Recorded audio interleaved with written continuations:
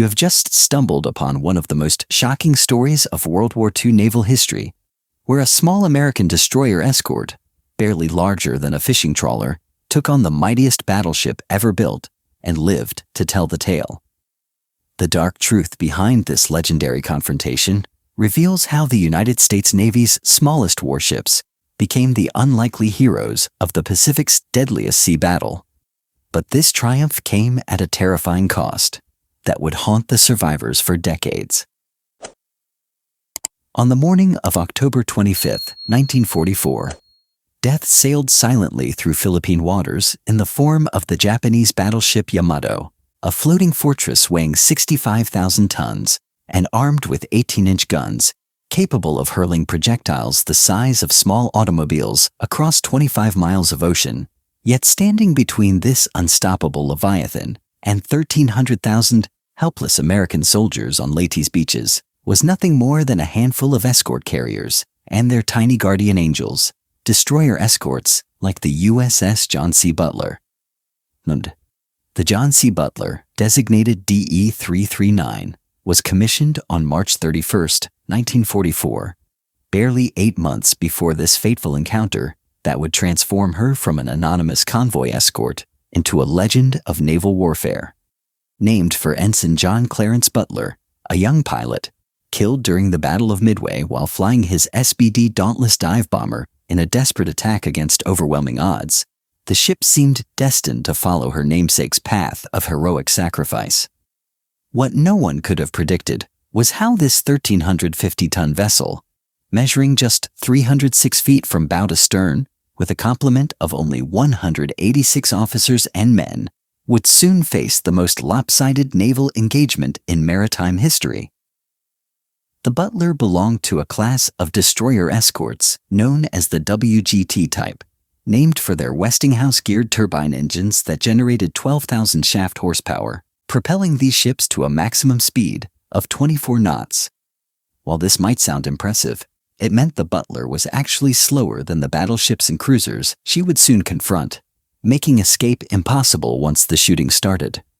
Her armament consisted of 2 5-inch guns, anti-aircraft weapons, and depth charges, designed for hunting submarines, not engaging capital ships whose armor could shrug off her shells like mosquito bites. The destroyer escort concept emerged from the harsh lessons learned during the early years of World War II, when German U-boats were slaughtering Allied merchant convoys in the Atlantic. These ships were essentially modern frigates that the United States Navy chose to call by a different name.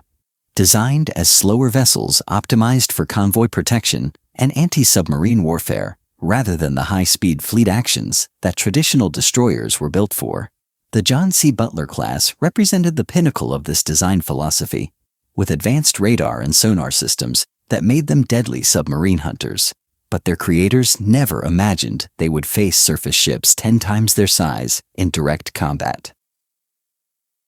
After completing her shakedown training off Bermuda in May 1944, the Butler departed for the Pacific Theater, transiting the Panama Canal and arriving at Pearl Harbor on June 26. Throughout July, she engaged in convoy and training operations, learning the deadly dance of anti-submarine warfare that would serve her well in the months ahead. On August 9th, she departed Pearl Harbor, screening transports bound for the invasion of the Palau Islands, her first taste of combat operations in the Pacific's island-hopping campaign. The Butler's introduction to warfare came during the Palau operation, where she provided anti-submarine and anti-aircraft protection for escort carriers conducting pre-invasion strikes against Japanese positions. 2 strategic islands, Morotai and Peleliu, were stormed on September 15th, and the Butler kept vigilant watch over the supporting carriers as they launched wave after wave of aircraft against enemy fortifications. By September 30th, she had returned to Manus Island to replenish supplies and prepare for what would become the largest naval battle in history, the Battle of Leyte Gulf. The stage for this epic confrontation was set when General Douglas MacArthur returned to the Philippines on October 20th, 1944, wading ashore at Red Beach on Leyte Island to fulfill his famous promise that he would return. However, the Japanese had no intention of allowing the Americans to reclaim their former colony without a fight. Admiral Suemu Toyota, Commander-in-Chief of the Japanese Combined Fleet, activated Operation Show 1, a desperate gamble that would commit the entire remaining strength of the Imperial Japanese Navy to a decisive battle. The Japanese plan was diabolically clever in its simplicity. A northern force of aircraft carriers with few planes aboard would act as a decoy, luring Admiral William Halsey's powerful Third Fleet away from Leyte Gulf. Meanwhile, Vice Admiral Takeo Kurita would lead the center force, including the mighty Yamato and her sister ship Musashi, through the San Bernardino Strait to attack the vulnerable American invasion fleet.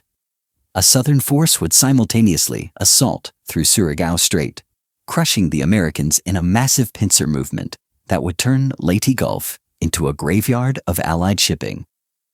On October 23rd, American submarines detected the approaching Japanese armada, and the stage was set for the largest naval battle in Pacific history. The Butler found herself assigned to Task Unit 77.4.3, nicknamed Taffy 3 by its commander, Rear Admiral Clifton Sprague. This unit consisted of 6 small escort carriers designed for shore support and anti-submarine patrols, 3 destroyers, and 4 destroyer escorts, including the Butler. What they possessed in courage, they lacked in firepower, with guns incapable of penetrating the armor of the Japanese warships bearing down on them. The morning of October 25th dawned clear and calm over the Philippine Sea, but this peaceful facade concealed the approaching storm that would test every man aboard the Butler to his breaking point. At approximately 6:45 a.m., lookouts aboard the escort carrier, Fanshawe Bay, spotted the distinctive pagoda masts of Japanese battleships emerging from the pre-dawn darkness. The impossible had happened. Kurita's center force had successfully navigated the San Bernardino Strait undetected and was now bearing down on the defenseless American escort carriers.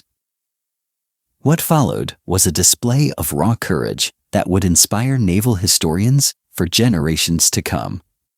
Admiral Sprague immediately ordered his escort carriers to flee eastward while launching every available aircraft, but these small ships could barely make 18 knots under ideal conditions. The Japanese battleships and cruisers, led by the Yamato with her 9 18-inch guns, could easily overtake the fleeing Americans while pulverizing them with shells weighing as much as small automobiles. It was at this moment that the destroyers and destroyer escorts of Taffy 3 made a decision that defied every principle of naval warfare. They would attack. Led by Commander Ernest E. Evans aboard the destroyer USS Johnston, these tiny warships charged directly at the Japanese fleet in a desperate attempt to buy time for the escort carriers to escape. The Butler, along with her sister ships Dennis and Raymond, kept up continuous fire from their 5-inch guns while dodging heavy-caliber shells that could vaporize them with a single direct hit. The scene that unfolded resembled something from a nightmare rather than a naval battle. Japanese shells weighing 1,400 pounds screamed overhead, creating waterspouts taller than buildings when they missed their targets. The Butler's gunners fired as fast as their weapons could cycle, knowing their shells were barely scratching the paint on enemy armor, yet continuing their desperate barrage with the hope of confusing or distracting the Japanese gunners. Smoke screens deployed by the American ships created an eerie twilight over the battlefield, turning the morning into an apocalyptic landscape of flame and steel.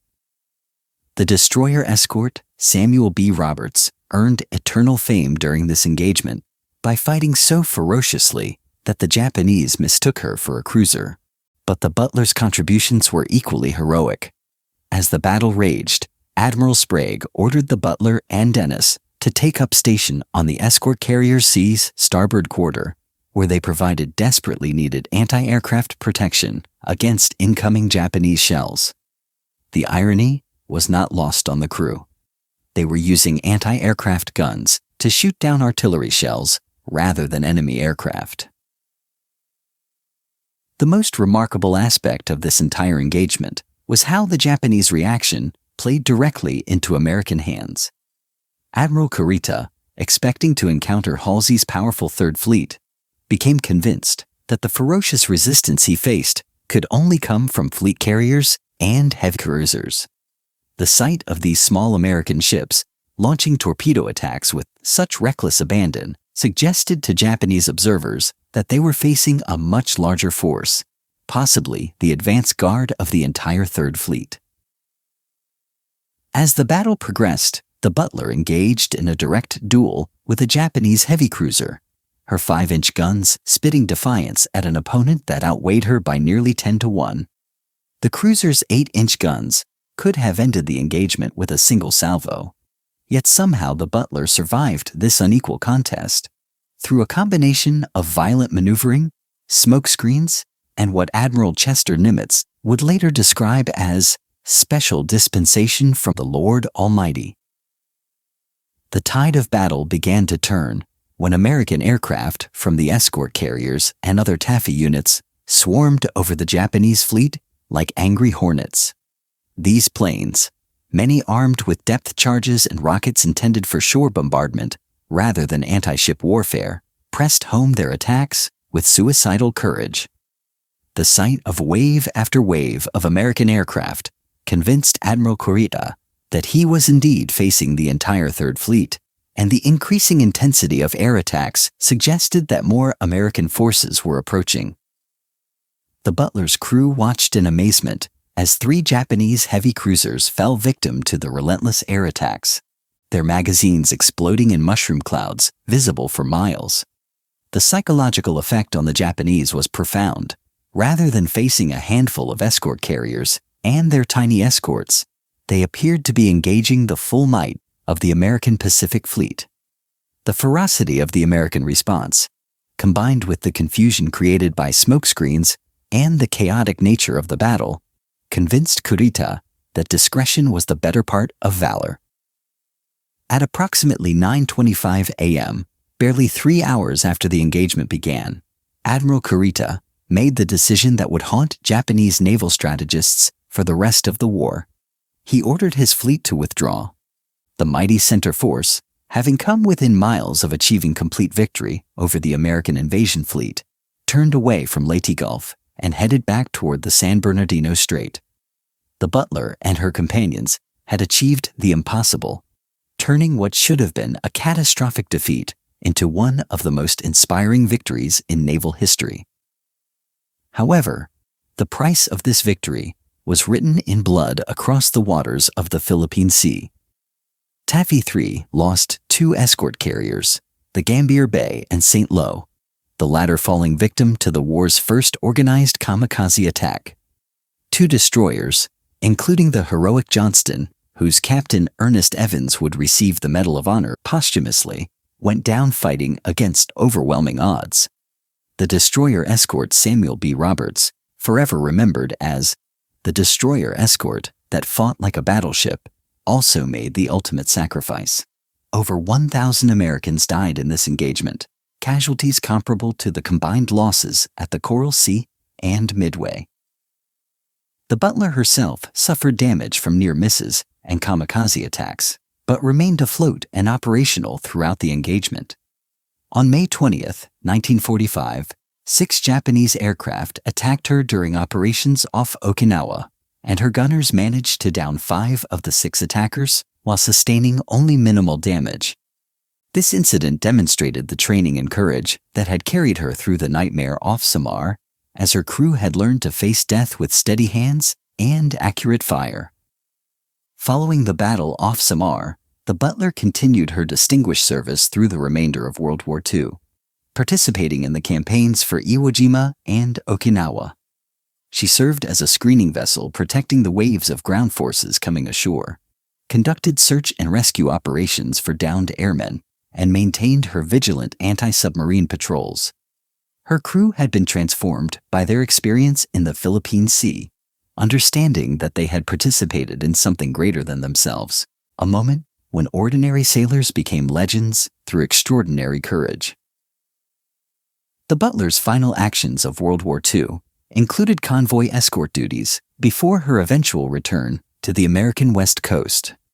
With Japan's surrender in August 1945, she was decommissioned from active service on June 26, 1946, her wartime mission complete. During her storied career, she earned 5 battle stars, a Presidential Unit Citation, a Navy Unit Commendation, and the World War II Victory Medal. Yet retirement did not last long for this veteran warrior. The outbreak of the Korean War in 1950 brought the Butler back to active duty when she was recommissioned on December 27, 1950.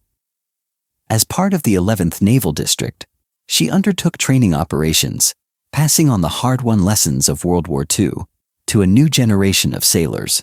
With the Korean conflict's end in 1953, she was decommissioned for the second and final time on December 18, 1957.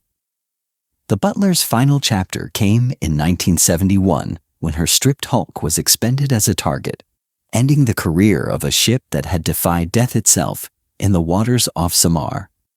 Yet her legacy extends far beyond the steel and machinery that once carried her into battle.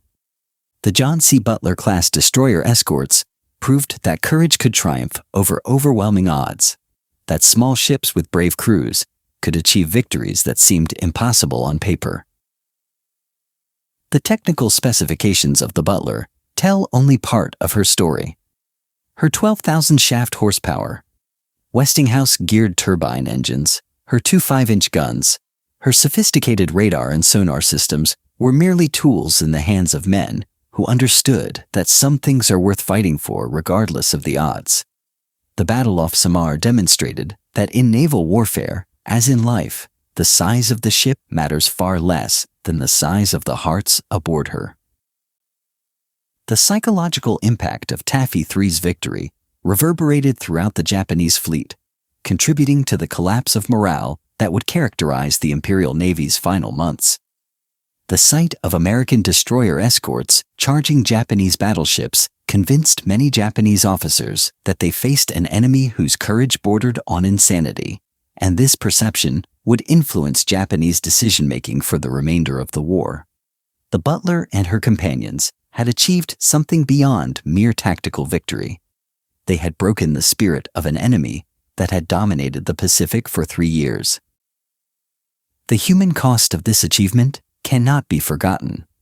The families of the 1,000 Americans who died off Samar paid the ultimate price for this victory, their sacrifice ensuring that hundreds of thousands of soldiers on Leyte's beaches would live to see another day. The survivors of Taffy 3 carried the weight of this knowledge for the rest of their lives, understanding that their survival came at the cost of their shipmates' lives. The Butler story embodies the broader tragedy and triumph of World War II, where ordinary people found themselves thrust into extraordinary circumstances and rose to meet challenges that would have been unimaginable in peacetime. Her crew, mostly young men barely out of their teens, faced the largest battleship ever built with nothing but 5-inch guns and unshakable determination.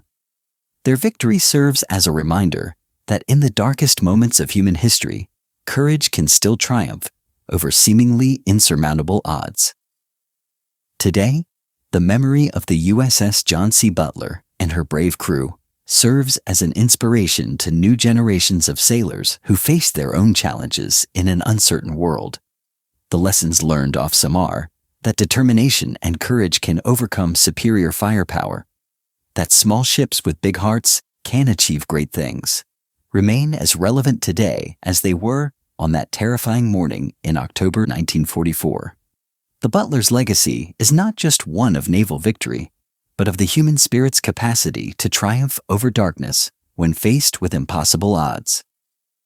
The dark truth behind the Butler's legendary status is that it was forged in the crucible of a battle that should have been a massacre, where men faced certain death and chose to fight anyway. Her story reminds us that heroes are not born, but made in moments when ordinary people choose to do extraordinary things, regardless of the cost to themselves. In the end, the USS John C. Butler's greatest victory was not over the Japanese fleet, but over the fear and despair that might have paralyzed lesser men when confronted with overwhelming odds.